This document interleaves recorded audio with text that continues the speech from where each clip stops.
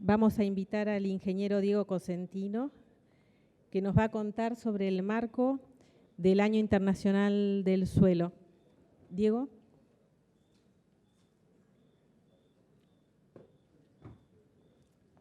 Bueno, buenos días a todos, ¿se escucha? Primero quiero agradecerte mucho, Pilu, por haberme invitado otra vez, a vos y por supuesto a la asociación impresionante que encarnás. Muy simplemente y brevemente yo quiero invitarlos a ser parte, a participar de, espero que aparezca el PowerPoint que puse.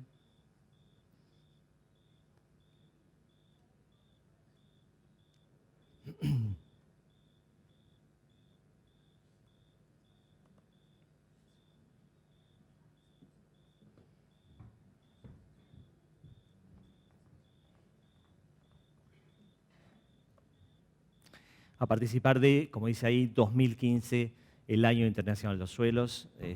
APRESID para nosotros es una institución amiga y estamos asociados en este Año Internacional que lo venimos pensando hace rato. Para ello quiero presentarles un pequeñito video, no se preocupen, es de 2 minutos, de una tríada que hicimos desde la asociación. Uno de ellos habla sobre las funciones básicas ecosistémicas, que es el que vamos a ver ahora, otro sobre la conservación del suelo y el tercero sobre la fertilidad. Por favor, el primer video.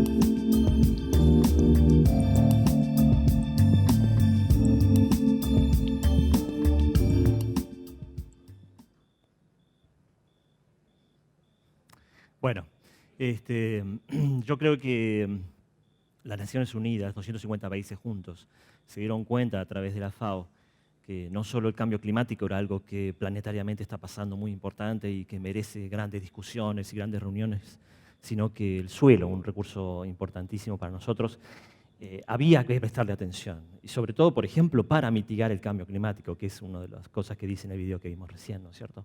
Entonces, hace muy poquito, en el año 2011, la FAO creó una alianza mundial del suelo y dividió en regiones. Nosotros formamos parte de la Alianza Sudamericana del Suelo, cuya presidenta es Carla Pascale, es argentina, que habló ayer justamente en la inauguración.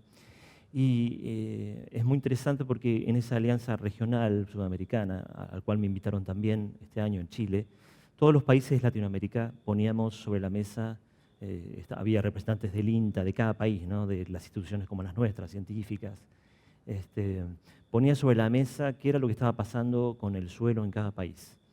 Y nos dimos cuenta que teníamos muchas cosas en común, que luchar, muchos frentes para luchar, no solo desde técnicas, desde de diagnosticar un problema regional grande, sino desde falta a lo mejor de recursos humanos, de falta de leyes, de falta de, qué sé yo, poner a disposición en Internet, a disposición de todos nosotros, en qué suelo estamos parados, las series de suelo, las cartas de suelo. Falta muchísimo trabajo por el suelo en Argentina, en Sudamérica y en el mundo. Por eso nos encontramos que este conjunto de cosas que teníamos para luchar en común, era buenísimo que la FAO haya dicho, bueno, hagamos algo, hagamos un plan concreto de acá a 5 años, un plan de acción en cada región de qué son las cosas donde podemos, la FAO, poner energía. Entonces, bienvenido es el Año Internacional de los Suelos. Bienvenido para nosotros como Asociación Científica Argentina, que hace más de 55 años que venimos diciendo, todos los años para nosotros es el Año Nacional de nuestro suelo. Venimos festejando el Día de la Conservación de Suelo en honor al aniversario del nacimiento de Hugh Bennett, el padre de la conservación, todos los 7 de julio. Entonces nos sumamos, pero recontra sumamos a esta iniciativa, porque este año en vez de hacer una o dos reuniones, hicimos 5 reuniones en San Luis, en Balcarce, en INTA Castelar, con gente del INTA en el Día de la Conservación del Suelo. Así que para nosotros es muy bienvenido, los invito a sumarse a esta divulgación, a esta popularización, porque la necesitamos mucho en Argentina, de todos, del conocimiento del suelo, ¿no? Me permito tomarme un segundo para, quería decirles el objetivo grande de la alianza es ¿no? Aumentar la concientización y comprensión de la importancia del suelo para la seguridad alimentaria y las funciones ecosistémicas. Y yo creo que desde APRESID, que me parece que es una asociación que nació, su semilla era la conservación del suelo, estamos dentro de estos objetivos, están impresos en nuestros objetivos también, ¿no es cierto? Me permito una última diapositiva nada más para decirles que nuestra asociación hace todos los años revistas científicas, somos más de 400 o 500 investigadores en suelos que nos preocupamos permanentemente, el día a día nuestro es la investigación en el suelo, y hacemos cada 2 años el Congreso Científico Agronómico, creo, más importante. El año que viene va a ser en Río Cuarto, el 25º Congreso Argentino, cuyo leitmotiv es el ordenamiento territorial, ¿no? Un desafío para la ciencia del suelo. Así que los que les interese la parte científica están invitados en julio del 2016 a nuestro Congreso. Bueno, muchísimas gracias, Pilu, de nuevo.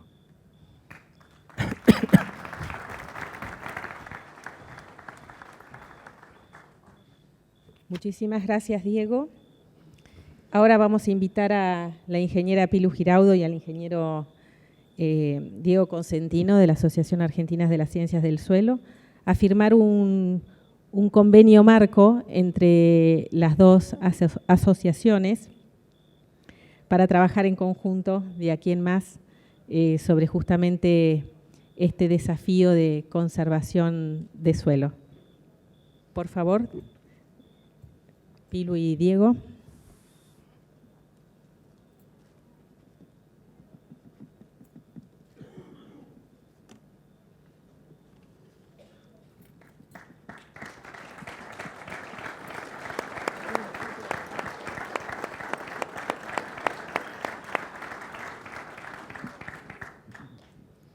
Bueno, nosotros agradecemos mucho, Diego, a vos y a la asociación, porque realmente, como dijiste, nosotros nacemos por la preocupación del cuidado del suelo, pero somos productores, y entonces la posibilidad de trabajar con el enorme capital científico que tiene la Asociación Argentina de Ciencia del Suelo nos permite pensar que podemos consolidar y afianzar muchísimo más el camino que debemos recorrer con esta preocupación, nunca mejor que bajo el paraguas de la Alianza Mundial por el Suelo, que también somos parte y tenemos, lamentablemente hay 2 sillas nomás para productores en la alianza, pero tenemos el privilegio de ocuparlas Brasil y Argentina, Brasil también con la representación de la Federación Brasilera de Plantio Direito, que es par nuestra y compañeras en CAPAS, y nosotros a Presid, así que gracias por esta posibilidad y si bien venimos haciendo cosas juntos,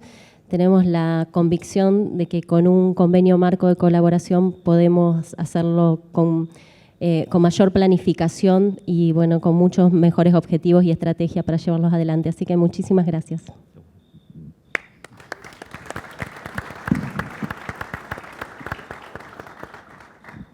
Yo aprovecho y me retiro y veo que el título del panel llama la atención, es irresistible. Muchas gracias, Pilu.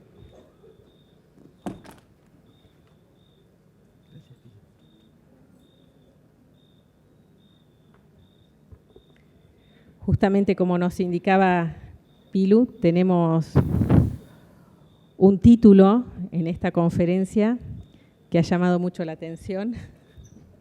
Plantas, bacterias, hongos, mi mujer, el cocinero y su amante, sobre la diversidad de los suelos y otras historias.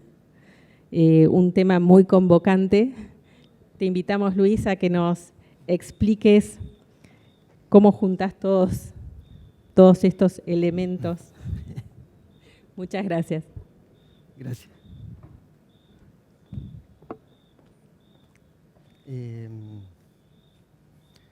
Bueno, primero que todo quiero agradecer a Presid la oportunidad de hablar acá y quiero felicitar a todos los ingenieros agrónomos y personas que trabajan en la agronomía, que entiendo que hoy es su día. Yo soy un infiltrado, soy bioquímico. Un amigo me dijo hace mucho tiempo, uno es dueño de sus silencios y esclavo de sus palabras, y la verdad que me han puesto, yo solo me puse en un problema porque hace un tiempo escribí este libro que cuando aparezca la presentación les muestro la tapa. No sé si se ve.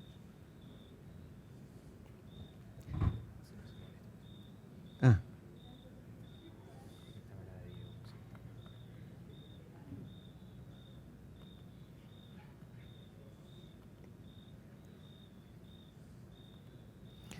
Y cuando me invitaron a dar la charla, el título original era hablar sobre biofertilidad de los suelos y después los organizadores me plantearon por qué no usar el título de mi libro.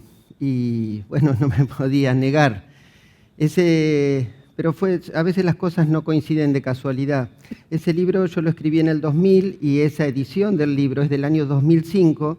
Y en el año 2005, ya hace 10 años, o sea, cumplo 10 años de relación con APRESID, porque en el 2005 conocí a Jorge Romagnoli y Jorge Romagnoli me trajo a estas reuniones y fue de esos eventos que a mí me abren la cabeza y yo dejé de trabajar en el sexo de Los Ángeles, donde las plantas eran cosas verdes que crecían en cámaras de cultivo y nada, me metí a trabajar en el suelo y bueno, hicimos muchas cosas y la verdad que para mí es un orgullo poder hablarles hoy, tratar de transmitirles nuevas ideas acerca de la importancia de la microbiología del suelo. Lo único que les voy a pedir es que al momento de las preguntas, no me pregunten sobre si los amantes son de las plantas, de las bacterias y los hongos, porque la conferencia se transmite en vivo, la está viendo mi familia por internet. Y en el año 2005, el Congreso de APRESID tenía el lema, que para mí era muy interesante, de cambio de paradigmas y el futuro.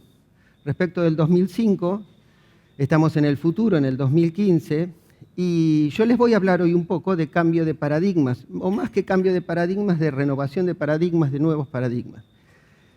El suelo en general, si uno lee, yo me puse a mirar de qué se hablaba de la fertilidad del suelo en distintos sitios de internet, en distintas revistas, y hay un trabajo muy reciente en la revista Science que habla del polvo venimos y al polvo volvemos, que habla del cambio de paradigma y dice el paradigma de la fertilidad química de los suelos es un paradigma viejo, es de mediados del siglo pasado, que surge de los conocimientos de la fisiología vegetal y de los requerimientos nutricionales de las plantas.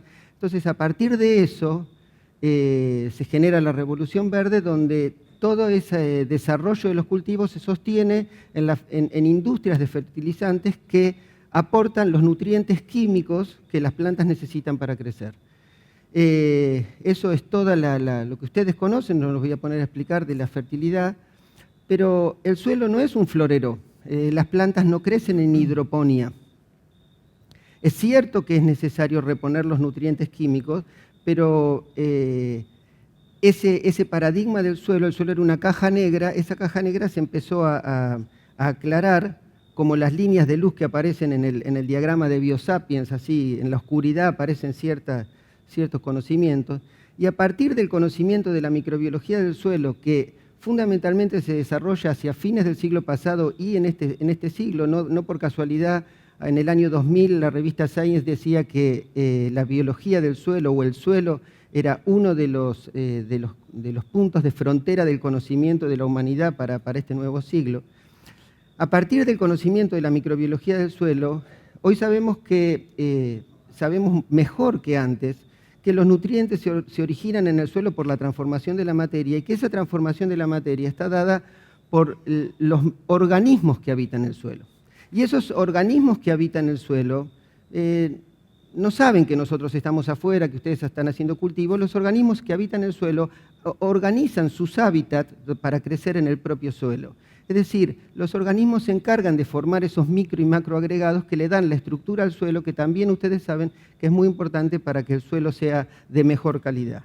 Es decir, el florero tiene vida propia, de alguna manera el florero no es un florero.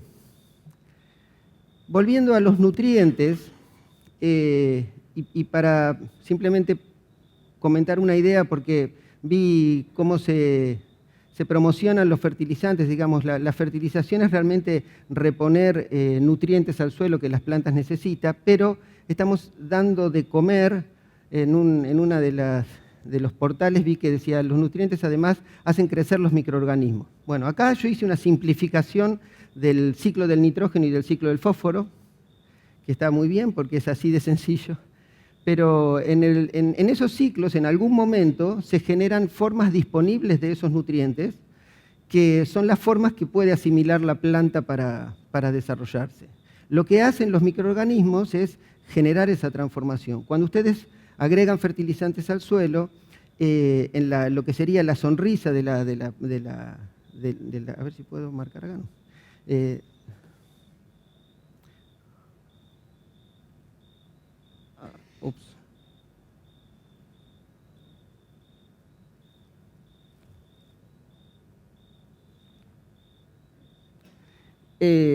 En biología, cuando se pasa de un proceso A a un proceso B y el proceso B se acumula, se genera la inhibición del proceso.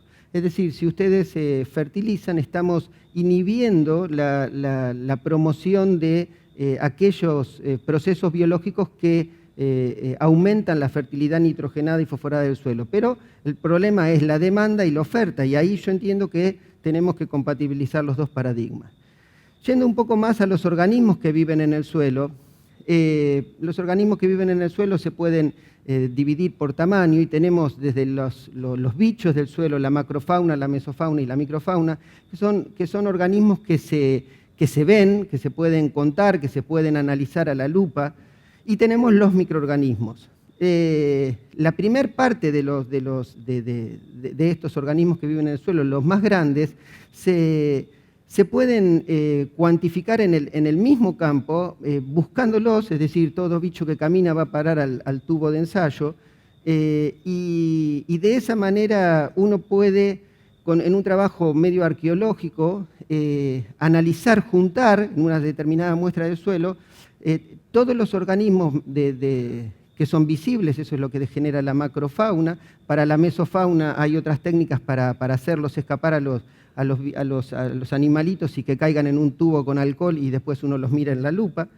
Y de esa manera han logrado los ecólogos ponerme en el suelo a mí a buscar lombrices, y uno genera una colección de microorganismos que puede ver, muestreando suelos que tienen distinto manejo, que aparecen distintos organismos en distintos tratamientos del suelo. Y eso es el final de la cadena antrófica, es la última expresión de la diversidad biológica de los suelos. Y así tenemos que hay suelos que tienen una enormidad de lombrices, otros tienen otro tipo de microorganismos, y eso genera la diversidad y un valor cuantitativo de la fauna de los suelos que responde a los manejos que tienen esos suelos en ese momento. Respecto de los microorganismos, el análisis se hace sobre una muestra de suelo que es la misma como la que se toma para hacer análisis químicos. Las muestras se guardan a temperatura para conservar y después algunas van al freezer. ¿Y cómo se miran los microorganismos? Los microorganismos históricamente se cultivaron. Nosotros hablamos de hacer, ustedes alguna vez han hecho análisis clínico y dicen, sí, me tengo que hacer un cultivo para tratar de conseguir, de saber qué microorganismo tengo, conseguir los antibióticos apropiados. Hoy en día, y eso es la novedad de la ciencia de estos últimos años, los microorganismos se estudian a través de sus huellas moleculares, se estudian a través del ADN, de los lípidos, de las enzimas, de las expresiones funcionales de esos microorganismos.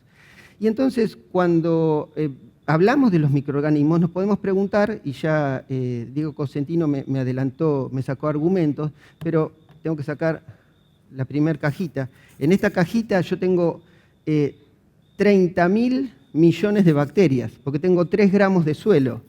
Y en esos 3 gramos de suelo hay una enorme, no solo enorme cantidad de bacterias, sino una enorme diversidad de bacterias. Hay bacterias distintas que cumplen distintas funciones en el suelo. Y de esa cantidad, solo el 1% es cultivable. Es decir, lo que conocíamos de la microbiología es muy poquito respecto de lo que existe. De todos modos, ese poquito es muy importante porque con esos microorganismos cultivables se generan los biofertilizantes. Esa colección de microorganismos generan lo que se denominan hoy los microbiomas, las comunidades de microorganismos que hacen funcionar al planeta. Y hay microbiomas en todos lados. Tenemos microbiomas en la frente, microbiomas en las plantas de los pies, microbiomas en los intestinos, microbiomas en todos lados hay. Es algo que antes no veíamos porque nos resultaba inaccesible, no teníamos las herramientas para verlos.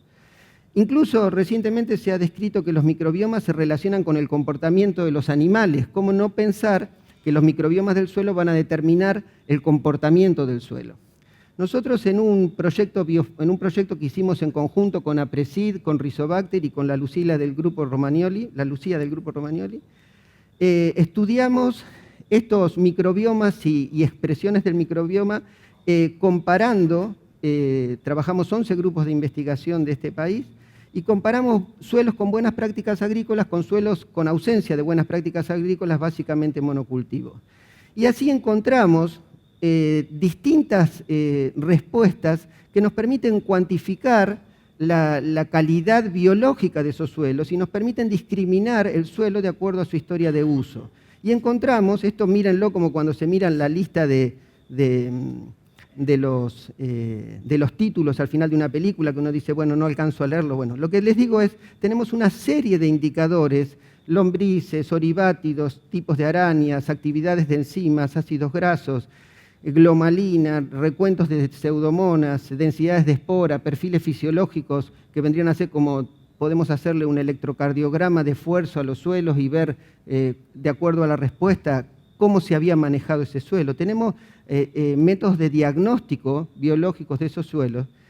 Y respecto de la diversidad bacteriana y de esos microbiomas, estas columnas de distintos colores marcan es una manera de representar esos microbiomas que están en los suelos, donde aparecen una serie de actores, las acidobacterias, las proteobacterias, las borromicrobias, los WS3, que no sé si tendrán que ver con el W40 y lubricarán los microagregados del suelo. Es decir, aparecen un montón de agregados, un montón de bacterias de las que sabemos que existen ahora, pero no sabemos qué hacen, pero están, siempre estuvieron. Y buscando pudimos encontrar que hay un grupo particular de acidobacterias GP1A que caracteriza a los suelos con buenas prácticas agrícolas y los Rubellimicrobium que caracterizan a los suelos con monocultivo. Y vimos que la diversidad bacteriana en cuanto a cómo se parecen las bacterias entre sí se modifica con la rotación o el monocultivo en general. Y pudimos encontrar que cuando se hace a nivel regional, o sea, no en un solo campo, sino a nivel regional, hacemos manejo de monocultivo, lo que estamos haciendo es, no bajamos la diversidad en cuanto que haya distintos tipos de bacterias. Los distintos tipos de bacterias van a seguir apareciendo, pero esos distintos tipos de bacterias van a ser más parecidos entre sí en distintas regiones. Es como decir, vamos a perder la diferencia de tono en el hablar entre los cordobeses, los de Buenos Aires, los de Neuquén y los de Jujuy. O sea, vamos a tener ingenieros agrónomos en todos lados, pero vamos a perder diversidad. Y esa diversidad se pierde porque se pierden los grupos endémicos de cada región. Es decir, una de las conclusiones de este proyecto que hicimos en conjunto con APRESID fue encontrar que el monocultivo baja la diversidad bacteriana a nivel regional y asemeja las poblaciones. Hasta acá es como la descripción. ¿Y qué más nos enseña la ecología microbiana en estos días? Entonces tengo que sacar la segunda cajita. Acá tengo 1 gramo de microagregados entre 20 y 63 micrones. La ecología microbiana nos dice que tenemos que acercarnos a una escala más apropiada para estudiar los ecosistemas microbianos, porque si no es como que tratamos de entender cómo se organizan las poblaciones, muestreando en masa, levantando cultivos, seres humanos y todo, recogiendo, no sé, en términos de dimensiones, juntamos la Argentina, Brasil, Paraguay, una parte de Brasil, y ahí tratamos de separar, sí, acá hay soja que es bastante preponderante, hay un montón de gente, pero mezclamos todo. Esos microorganismos están organizados en el suelo y tenemos que empezar a aprender cómo están organizados. Entonces, bajando la escala y haciendo todos estos estudios de diversidad microbiana y de prestaciones fisiológicas a nivel de los microagregados, aprendemos que los microagregados más grandes son los que reflejan ese manejo del suelo, pero los microagregados más chiquitos tienen la reserva de la diversidad biológica del planeta. Es decir, en los microagregados más chiquitos no se refleja ningún manejo histórico de los suelos. Y eso hay hasta trabajos que analizan suelos que vienen con esos suelos experimentales que tienen en algunas estaciones experimentales en Europa con 150 años de manejo de fertilidad. Las fracciones más chicas son todas iguales y vienen a ser la reserva microbiológica. Eso genera el nuevo concepto de la ecología microbiana, que no se pregunta dónde empiezan las cosas, pero dice, hay de todo en todos lados y el medio selecciona. Entonces eso genera a mí me permite generar un mensaje, que es decir, el medio en términos de ecología microbiana en los suelos agrícolas es el manejo. Es decir, acá aparece un problema que yo lo vi en un artículo de Santiago Lorenzati que salió en Horizonte A, acerca de, producir y dar cuenta de la demanda tiene un costo ambiental porque no se pueden escapar de las leyes de la termodinámica. Entonces acá viene mi número de circo, porque empezamos con el circo. Y acá nosotros estamos sometidos a las leyes de la física. No nos podemos escapar de la gravedad, no nos podemos escapar de las leyes de la termodinámica. Y es cierto lo que dice Lorenzati, y yo voy a traducir, me voy a tomar el atrevimiento de traducir los 2 principios de la termodinámica en 2 frases. El primer principio de la termodinámica sería, nada se pierde, todo se transforma. Y el segundo principio de la termodinámica, que habla de la entropía y del caos, yo voy a decir, producir tiene un costo y eso tiene un impacto en el ambiente. Entonces, generar esos microbiomas que permiten recuperar la estructura del suelo tiene un costo. ¿Quién paga ese costo? Bueno, ahí la respuesta es DEIR. Yo cuando dije DEIR era porque ponía en sigla la diversificación e intensificación de las rotaciones. Cuando uno intensifica las rotaciones de cultivo, lo que hace es, ahora me olvido de la microbiología y hablo de física, lo que hace es incorporar energía. El cultivo hace de filtro de energía entre el sol, que en nuestra escala humana y temporal es constante y gratuito, y mandamos la energía al suelo y que los microorganismos se organicen y empiecen a estructurar el suelo. Es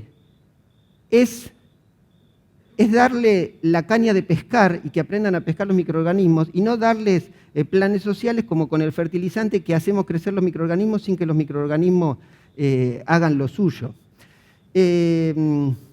Cuando hablé del de ir, yo me acordé, no sé por qué asocié y junto las cosas porque aprovecho, yo dije de ir para ir en el buen camino. Y para ir es el título de una canción de Luis Alberto Spinetta que es hermosísima. Y ayer miraba la tele para tratar de bajar los nervios porque a mí me pone muy nervioso darle esta charla y pasaban una película Buenos Aires viceversa donde uno de los temas que se cantan es Para ir. Así que si la pueden, búsquenla que es muy bonita. Y para ir terminando, diversificar e intensificar las rotaciones. En la medida de las posibilidades de cada ambiente, yo no soy ignorante de eso, permite recuperar diversidad biológica construyendo nuevos microbiomas que se seleccionan a partir de la reserva del mismo suelo. Y en esta nueva diversidad se modifica la estructura del suelo y regenera cadena trófica de mayor escala y entramos en marcha en el círculo virtuoso. Y tengo ejemplos para sostener esto, ya no del Biospaz, sino de estudios y de mediciones que estamos haciendo en el programa Chacras de la Regional Pergamino de APRESID, donde estamos analizando en términos biológicos el resultado de más de 3 años de modificaciones en la intensificación y de diversificación de rotaciones a partir de un suelo igual. Y les puedo asegurar que la cantidad de bichos que nosotros encontramos en las distintas rotaciones era completamente distinta. Entonces no tengo dudas que vamos a encontrar diversidad en los microbiomas de esos tratamientos. Y eso es un resultado que da cuenta digamos, en términos científicos yo estoy planteando una hipótesis, con eso estoy apoyando esa hipótesis. Es decir, el problema de la biofertilidad de los suelos está en la agricultura, pero la solución al problema de la biofertilidad de los suelos está en la agricultura. Disculpen, pero les devuelvo la pelotita.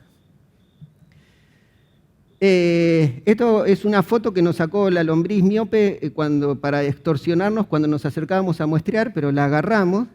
Y esto es el equipo muestreando, que sin el equipo, que es todo mi equipo de laboratorio de bioquímica y biología molecular de la Universidad de Quilmes, y todos los colaboradores de la Universidad Nacional de Río Cuarto, del doctor Vedano, el doctor Galantini en el CERSOS, el Leonardo Erichman en el INGEBI, en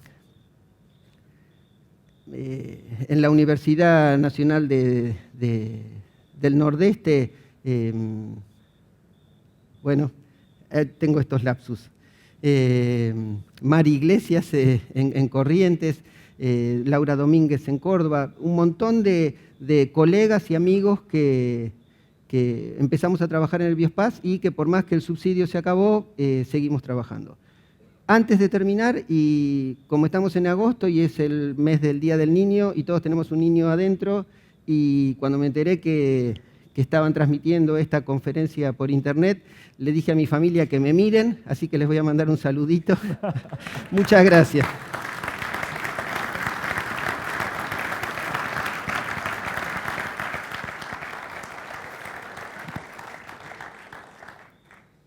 Muchas gracias, Luis. Allí en pantalla tienen un número donde pueden enviar preguntas para realizarle a Luis o Diego, al ingeniero Diego Cosentino, que lo tenemos acá con nosotros. Sí, vamos a sentar.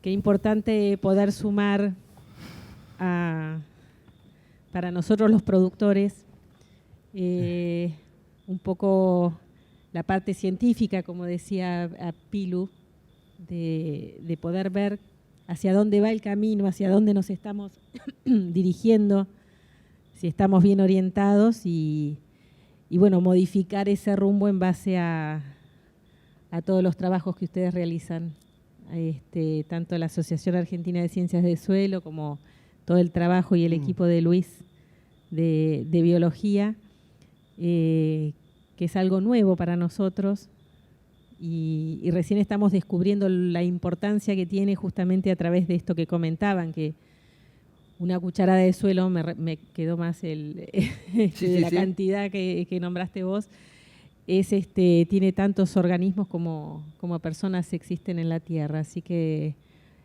mucha importancia y mucho interés, mucha tenemos que aprender mucho de eso, así que les agradecemos el trabajo que están realizando. No sé si hay alguna pregunta, si las pasan aquí. Bien. Vamos esperando. Luis, ¿nos podrías contar un poquito? Mostraste un cuadrito de buenas prácticas agrícolas y no buenas prácticas agrícolas con monocultivos. La distribución de los microorganismos, ¿nos podés ampliar un poquito, que lo hemos escuchado por ahí en otras conferencias? A ver cómo, qué es lo que encontraron. ¿Se escucha así?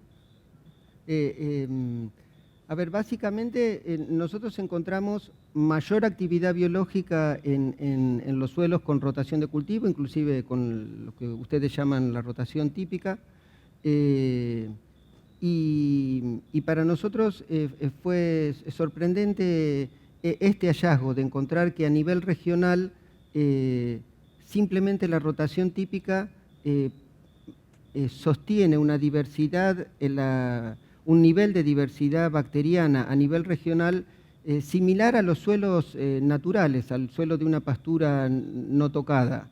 Y eso es muy importante en términos biológicos, porque significa que se mantienen poblaciones o comunidades de microorganismos menores que aunque no sepamos qué función tienen, por algo están, y como yo digo en comparaciones metafóricas, en la película, siempre hago referencias a las películas. Hoy no voy a usar la Guerra de las Galaxias y las midiclorias de los Jedis, pero porque también encontramos las midiclorias de los Jedis, encontramos microorganismos que caracterizan a los mejores suelos.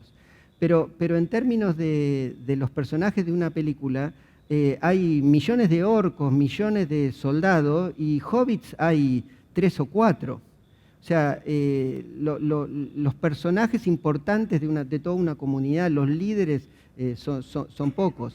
Y nunca sabemos si lo que estamos perdiendo son los líderes o no. O visto de otra manera, en situaciones normales el suelo sigue funcionando igual, pero frente a una catástrofe, a un estrés, una inundación, el cambio global que estamos experimentando, yo digo, frente a una catástrofe, en una comunidad, y puedo hablar de, no sé, un terremoto, el que salva a la gente a veces es la persona menos pensada. A veces hay una catástrofe y el que salva las papas es un nenito con problemas hasta para hablar, que es capaz de salir por la ventana a pedir ayuda. Y entonces, y ese nenito en condiciones normales o esa persona no era importante. Cuando decimos estamos perdiendo diversidad a nivel regional, es un problema porque nos estamos poniendo en una situación de mayor fragilidad frente a un potencial cambio, y uno se tiene que mantener fuerte y en buenas condiciones.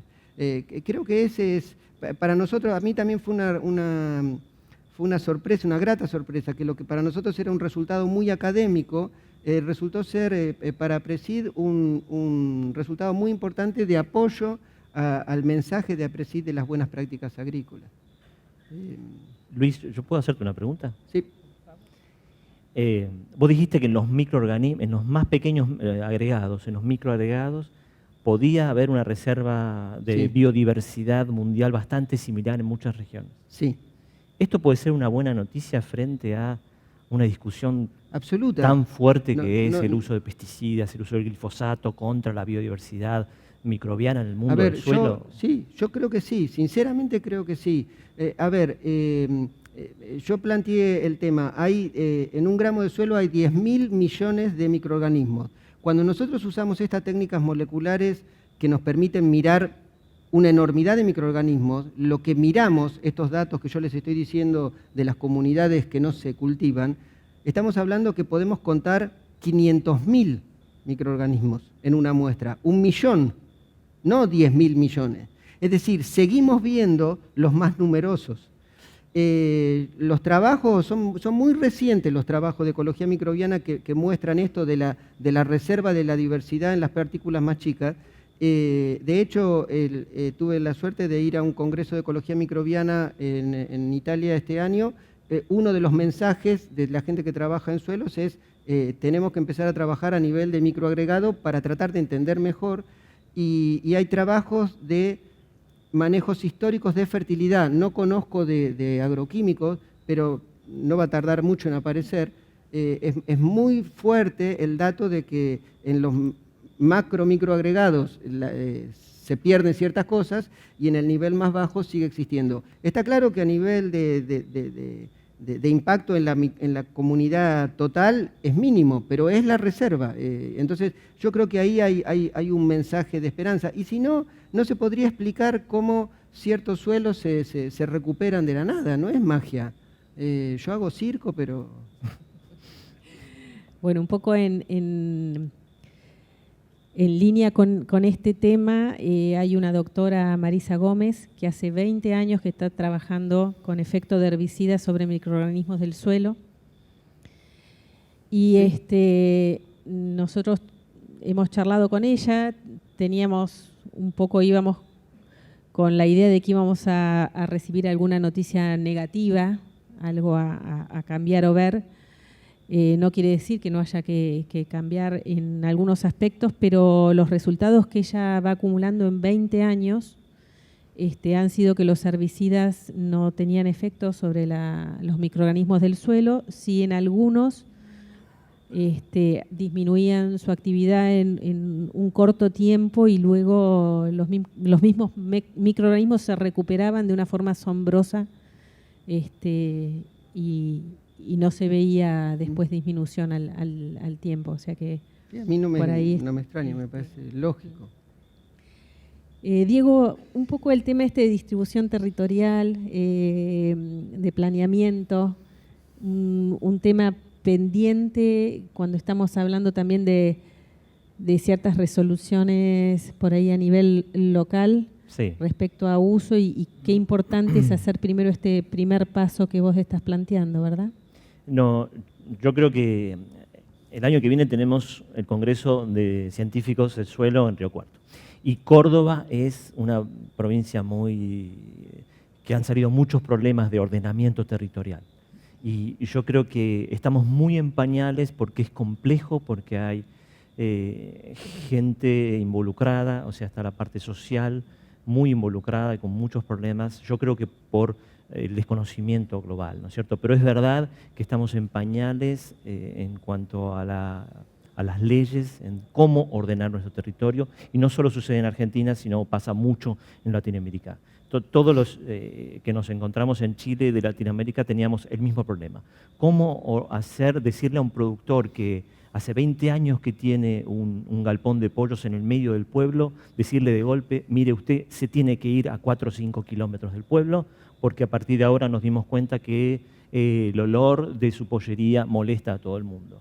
Y eso significa el quebranto de su familia, el quebranto de toda, no solo de su familia, sino de las personas, de los empleos que da esa pollería o esa producción de chanchos o lo que sea, ¿no?, cerca del pueblo. Esto me parece que debe ir regulándose, pero muy gradualmente, o sea, y me parece que tenemos que pensar en serio como país en cómo hacerlo, ¿no? Yo no tengo la respuesta de cómo hacerlo, evidentemente, pero tienen que estar todos involucrados en la resolución de esto, ¿no? Así que pusimos ese leitmotiv para empezar también desde la ciencia a pensar en la solución, ¿no? Sí, muy interesante y realmente una materia pendiente en que todos tenemos que trabajar en conjunto, sin duda. Luis, ¿nos podés hacer algún adelantito de los trabajos que por ahí comenzaste un poco al revés de buenas prácticas, empezar a medir microorganismos cuando empezás a laborear nuevamente o Sí. de eso, si es que tenés algún resultado preliminar y un poco preguntarte para cuándo vamos a poder incorporar un poco el tema ganadero también dentro de tus investigaciones? A ver, yo creo que trajimos un par de pósters y uno de esos pósters tiene que ver justamente con esto de nuestro trabajo con la Regional Bahía Blanca en el llamado monumento histórico que compara labranza convencional con directa, tuve el atrevimiento hace 2 años y medio, casi 3, de proponerles romper el experimento. Y usamos el experimento que tiene directa y convencional comparando desde hace 30 años, lo usamos como línea de base para cambiar el manejo. Y empezamos a hacer análisis biológicos de esos cambios. Y en 2 años las respuestas a nivel enzimático empiezan a mostrar esto como si el laboreo en términos biológicos se empieza a correr hacia el punto de referencia del nuevo manejo, ¿no? Y estamos tratando de estudiar eso también a nivel de los microagregados.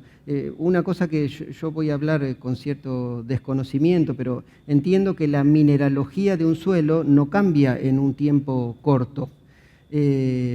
Entonces, el cambio de los agregados del suelo es producto del pegoteo de las partículas que existen, y ese pegoteo es actividad biológica.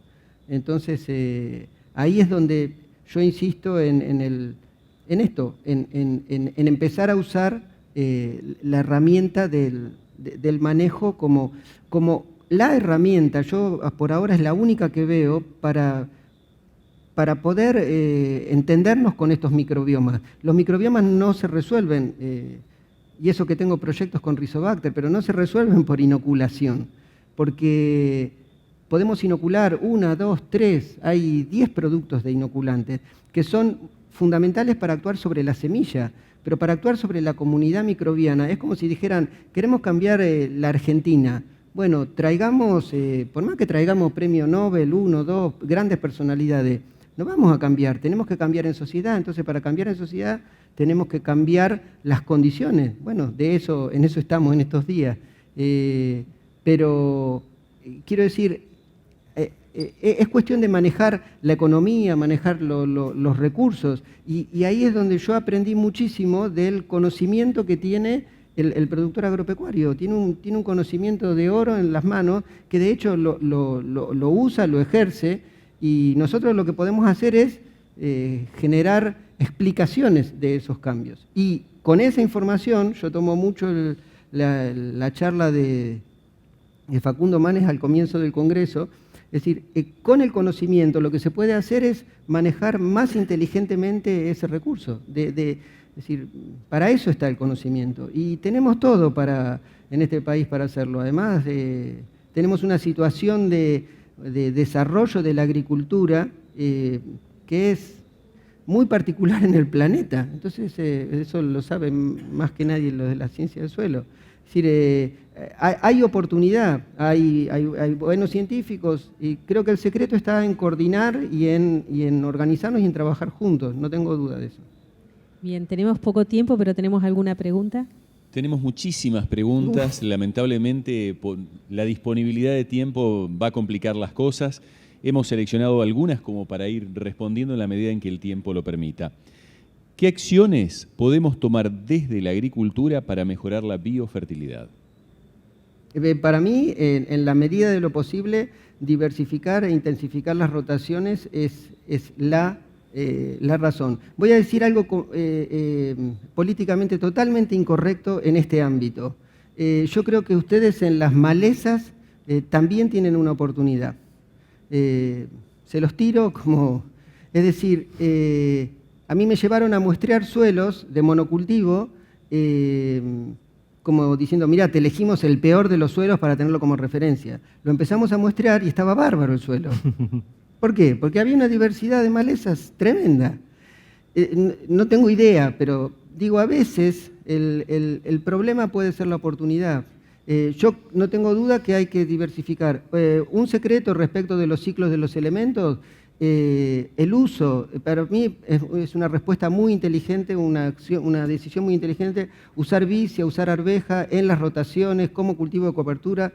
Los fijadores de nitrógeno en simbiosis es la única manera y la mejor manera de incorporar nitrógeno biológico al suelo. ¿Tiene información del impacto de la ganadería con pastoreo directo sobre la actividad biológica del suelo, comparándolo con sistemas de agricultura continua? No tengo referencia de eso, es una deuda pendiente. Lo que sí puedo decir es que en el 2005, cuando me encontré con Romagnoli y él me llevó y me mostró un campo que tenía con una historia de uso de un criadero de cerdos de hacía 30 años, o sea, ya no había cerdos, no había nada, seguía existiendo una huella de productividad en ese campo y nosotros vimos algunos cambios bioquímicos en esos suelos.